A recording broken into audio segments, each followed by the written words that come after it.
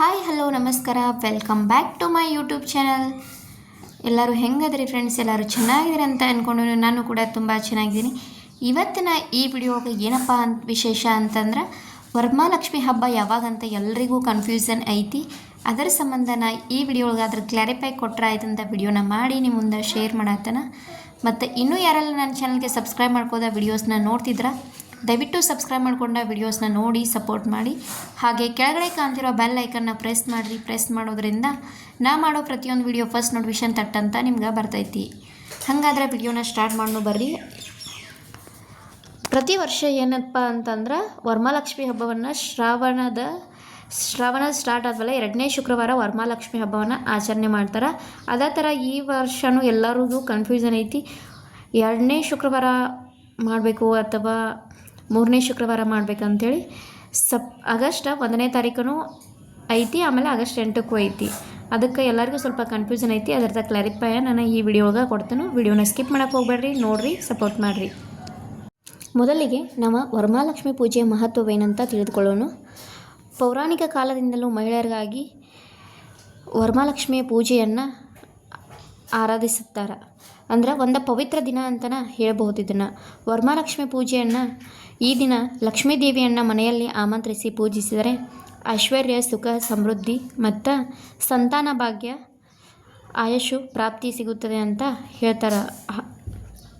ಆದರೆ ಈ ವರ್ಷ ವರಮಹಾಲಕ್ಷ್ಮಿ ಪೂಜೆ ಯಾವಾಗಂತ ಕನ್ಫ್ಯೂಷನ್ ಇತ್ತು. ಅದರದ ಕ್ಲಾರಿಫೈ ನಾನು ಇವಾಗ ಕೊಡ್ತೇನೆ. 2025ರಲ್ಲಿ ವರಮಹಾಲಕ್ಷ್ಮಿ ಪೂಜೆಯ ದಿನಾಂಕ ಯಾವಾಗಂತ ಆಲ್ಮೋಸ್ಟ್ ಎಲ್ರಿಗೂ ಕನ್ಫ್ಯೂಸ್ ಐತಿ. ಆದರೆ ಈ ವಿಡಿಯೋ ಒಳಗೆ ನಾನು ಕ್ಲಾರಿಫೈ ಕೊಡಬೇಕಂತ ನಾನು ವಿಡಿಯೋನ ಮಾಡತ್ತೇನೋ. ನೋಡಿ ಫ್ರೆಂಡ್ಸ್, ಪ್ರತಿ ವರ್ಷ ಶ್ರಾವಣ ಮಾಸದ 2ನೇ ಶುಕ್ರವಾರದಂದು ವರಮಹಾಲಕ್ಷ್ಮಿ ಪೂಜೆಯನ್ನು ಮಾಡ್ತಾರೆ. ಆದ್ರೆ 2ನೇ ಶುಕ್ರವಾರ ಮಾಡೋಕ್ಕೆ ಆಗಲಿಲ್ಲ ಅಂತಂದ್ರೆ ಅಂಥವ್ರು ಏನು ಮಾಡ್ತಾರಂದ್ರೆ 3ನೇ ಶುಕ್ರವಾರ ಅಥವಾ 4ನೇ ಶುಕ್ರವಾರನೂ ಪೂಜೆ ಮಾಡ್ತಾರೆ. ಅಂದ್ರೆ ಇವಾಗ ಒಂದಷ್ಟು ಹೆಣ್ಣು ಮಕ್ಕಳಿಗೆ ಏನಪ್ಪ ಅಂತಂದ್ರೆ, ಅದೇ ಪೂಜೆ ಸಮಯದಲ್ಲಿ ಅಂದ್ರೆ ಅವ್ರಿಗೆ ಪಿರಿಯಡ್ ಅದು ಆದ್ರೆ ಅವಾಗ ಪೂಜೆ ಮಾಡೋಕ್ಕೆ ಆಗಂಗಿಲ್ಲ. ಅದರ ಸಂಬಂಧ ಅಂಥವ್ರು ಏನು ಮಾಡ್ತಾರೆ ಅಂತಂದ್ರೆ 3ನೇ ಶುಕ್ರವಾರ ಅಥವಾ 4ನೇ ಶುಕ್ರವಾರನೂ ಪೂಜೆನ ಮಾಡ್ಬೋದು. ಮನೆಯಲ್ಲಿ ಮತ್ತೆ ಯಾರಾದರೂ ಹೆಣ್ಮಕ್ಳಿದ್ರೆ ಅವ್ರು ಮಾಡ್ಬೋದಾ. ಆದ್ರೆ ಮನೆಯಲ್ಲಿ ಯಾರೂ ಹೆಣ್ಮಕ್ಳು ಇರಲಿಲ್ಲ ಅಂದರೆ, ಇವಾಗ ಒಬ್ಬಂಟಿಗರು ಇರ್ತಾರಲ್ಲ, ಅಂಥವ್ರು ಏನು ಮಾಡ್ತಾರೆ ಅಂದ್ರೆ ಅದನ್ನ ಪೂಜೆಯನ್ನು 3ನೇ ಶುಕ್ರವಾರ ಅಥವಾ 4ನೇ ಶುಕ್ರವಾರನೂ ಮಾಡ್ಬೋದು. ಈ ವರ್ಷ ವರಮಹಾಲಕ್ಷ್ಮಿ ವ್ರತ ಆಗಸ್ಟ್ 8, 2025ರಿಂದ ಬಂದೈತಿ. ಇನ್ನು ವರಮಹಾಲಕ್ಷ್ಮಿ ಪೂಜೆಯನ್ನು ಮಾಡೋಕ್ಕೆ 2 ಸೂಕ್ತವಾದ ಮುಹೂರ್ತಗಳು ಇರ್ತಾವೆ. ಒಂದು ಬ್ರಾಹ್ಮಿ ಮುಹೂರ್ತ ಮತ್ತು ಇನ್ನೊಂದು ಗೋಧಳಿ ಮುಹೂರ್ತ ಅಂತ ಇರ್ತಾವೆ.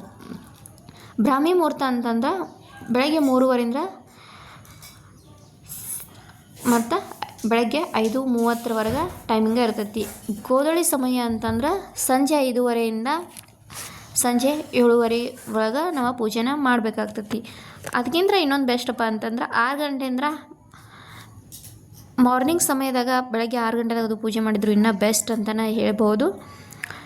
ಮತ್ತು ಪೂಜೆ ನಾವು ಮಾಡ್ತವೆ. ಆದರೆ ವರಮಹಾಲಕ್ಷ್ಮಿ ಪೂಜೆಗೆ ಲಕ್ಷ್ಮೀ ದೇವರಿಗೆ ಯಾವ ಸೀರೆಯನ್ನು ಉಡಿಸ್ಬೇಕು ಅಂತ ಕೇಳಿದ್ರೆ, ಹಸಿರು, ಕೆಂಪು, ಹಳದಿ, ಗುಲಾಬಿ, ಕೇಸರಿ, ಕ್ರೀಮ್ ಕಲರ್ನ ಮತ್ತು ನೀಲಿ ಬಣ್ಣದ ಸೀರೆಯನ್ನು ನಾವು ಉಡಿಸ್ಬೋದು.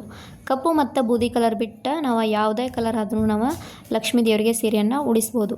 ಯಾವ ದಿಕ್ಕಿಗೆ ಮುಖ ಮಾಡಿ ಕೂಡಿಸಿದ್ರೆ ಒಳ್ಳೇದಂತ ಕೇಳಿದ್ರೆ, ಪೂರ್ವಕ್ಕೆ ಮತ್ತು ಉತ್ತರ, ಪಶ್ಚಿಮ ಈ 3 ದಿಕ್ಕಿಗೆ ಲಕ್ಷ್ಮೀ ದೇವ್ರನ್ನ ನಾವು ಕೂಡಿಸಿ ಪೂಜೆ ಮಾಡಿದ್ರೆ ಒಳ್ಳೆಯದಂತಲೇ ಹೇಳ್ಬೋದು. ದಕ್ಷಿಣಕ್ಕೆ ಮಾತ್ರ ನಾವು ಲಕ್ಷ್ಮೀ ದೇವ್ರನ್ನಿಟ್ಟ ಪೂಜೆನ ಮಾಡೋಕ್ಕೆ ಹೋಗಬಾರ್ದು.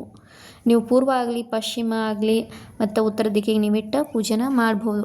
ಸೊ ಇವತ್ತಿನ ಈ ವಿಡಿಯೋ ಒಳಗೆ ನಿಮ್ಗೆ ವರಮಹಾಲಕ್ಷ್ಮಿ ಪೂಜೆದ ಕ್ಲಾರಿಫೈ ಸಿಕ್ಕೈತಂತ ಅಂದ್ಕೊಂಡನ. ಸೊ ಇನ್ನೊಂದು ಸಲ ಹೇಳ್ತಾನೆ, ಈ ವರ್ಷ ವರಮಹಾಲಕ್ಷ್ಮಿ ಹಬ್ಬ ಆಗಸ್ಟ್ 8ನೇ ತಾರೀಕು ಐತಿ. ಸೊ ಎಲ್ಲರೂ 8ನೇ ತಾರೀಕು ವರಮಹಾಲಕ್ಷ್ಮಿ ಪೂಜೆನ ನೀವು ಮಾಡ್ಬೋದು. ಇವತ್ತಿನ ಈ ವಿಡಿಯೋ ಏನಾದರೂ ಇಷ್ಟವಾದರೆ please like, comment, share and subscribe ಮಾಡೋದನ್ನು ಮರಿಬೇಡಿ. ಮತ್ತೊಂದು ಹೊಸ ವಿಡಿಯೋ ಹಂಗೆ ಸಿಗ್ತೀನಿ. ಅಲ್ಲಿವರೆಗೂ ಬಾಯ್ ಬಾಯ್.